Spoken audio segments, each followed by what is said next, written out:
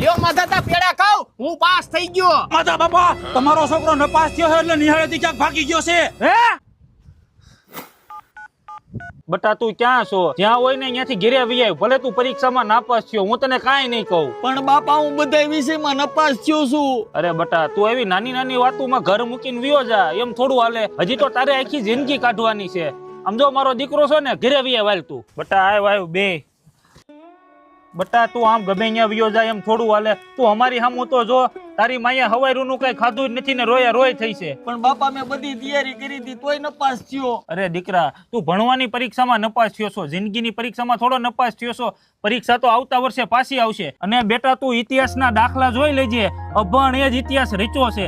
અને મોટા ભાગના બિઝનેસમેન અને ઉદ્યોગપતિઓ ઓછું ભણેલા જશે. આવડત આપણામાં હોવી જોઈએ, એટલે આપણે ગમે એ કરી શકીએ. અને બેટા તું મુંજાઈ હુઈ ગયો, તારો બાપ હજી બેઠો છે. લાય ઉભો થા.